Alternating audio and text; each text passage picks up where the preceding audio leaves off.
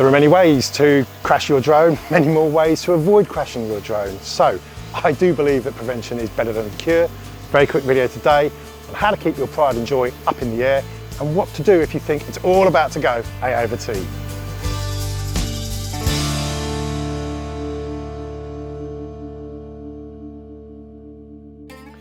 Hello, I'm Ian and I play with drones. Quick video today on what to do to avoid crashing your pride and joy. As generally, if you do crash it, it will be a very hefty repair bill. Now, a few of you will have seen that I managed to fly into a tree the other week. Not a good afternoon for me, admittedly, but luckily it was actually a good result. I only required some props being changed. So I think I got away with that quite lightly. Here is a list of ways I try and avoid things going bad when flying. So one, as I managed to mess up last week, watch out if you're flying sideways. By all means, move sideways a bit when you're flying. But doing a full-on sideways flight when you're going around on a circle, you're flying blind. You don't see where you're going.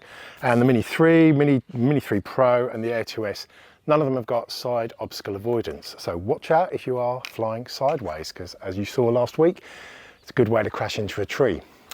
Be careful when using quick shots or the POI or spotlight functions. Again, these often involve flying sideways, and just because the drone is doing the flying, don't expect it to know that there is a tree or something in its path. I only use quick shots and the like when there is a huge open space around me and when I know there is absolutely no chance of it hitting anything. Third point, remember the pause button on the remote control. This button will stop your drone instantly and it is really useful function if you are using the functions like quick shots and can see the impending doom of when it's about to fly sideways into a tree. It is way quicker than trying to cancel the quick shot on the screen. Just hit the button, the drone will stop, disaster averted. If you are flying manually, remember, just let go of the sticks. If it's all about to go wrong, just like the pause button, letting go of the sticks if you're flying manually will just stop the drone in its tracks. As long as you've not adjusted the braking sensitivity too much, it'll stop. It gives you the chance to gather your thoughts, work out what to do and how to go forward. Fifth, stating the obvious here, keep the drone in visual line of sight. Not only is it actually one of the basic rules, it also helps you keep a view on the wider sky around you and around the drone.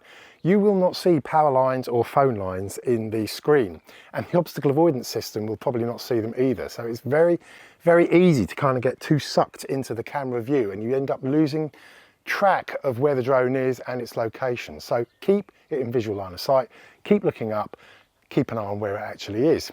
And another one that I've often mentioned before, don't push the battery. I always take a spare battery out when I'm flying, so I'm not pushing my luck with just one battery. As I have found, you really are more likely to push your luck if you know that you're running out of battery and you still want that last shot.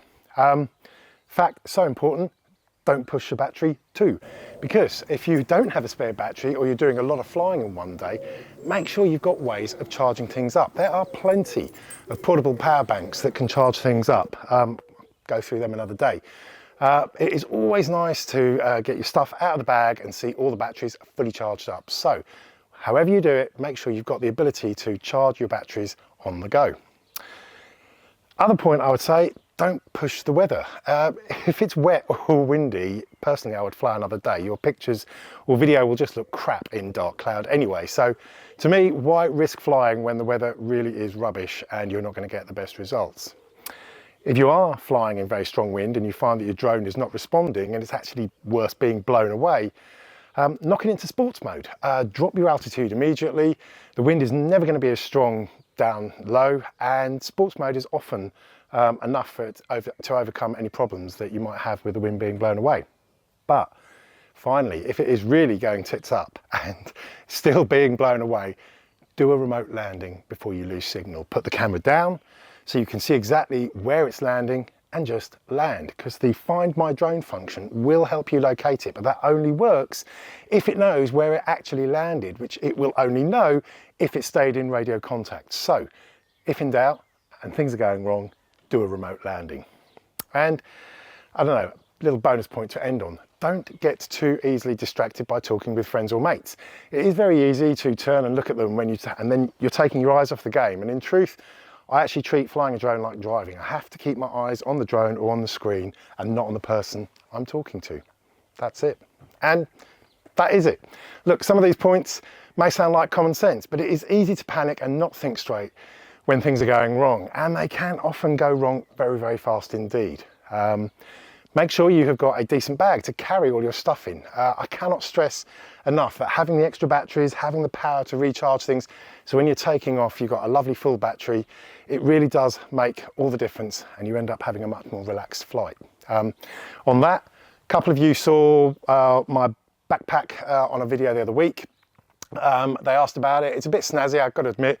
It is a lovely bag, big chunky material, nice big comfortable straps, and it's got a nice magnetic twist latch, which is actually what caught my eye when I saw it. I am easily led, I know. It is called the Black Snipe Pro Camera Bag. It's from VSGO. Bit of a nice mix of DSLR, backpack and camera bag all in one really, and a bit of a day pack. It's got lots of little compartments. That pretty much will carry all of your kit for the day. This one is the 20-litre bag. I think they do a smaller version of it as well. So I will put a link below if you want to check out that particular bag. But anyway, that is the bag. Hopefully that is it. And hopefully the things I've mentioned in this video will help you keep your pride and joy up in the air rather than in the DJI repair shop. So look, there you go. Try to keep it very quick. As ever, give me a little thumbs up to help the video along. As ever, wherever you are, whatever you're doing, until next time, have fun, happy flying.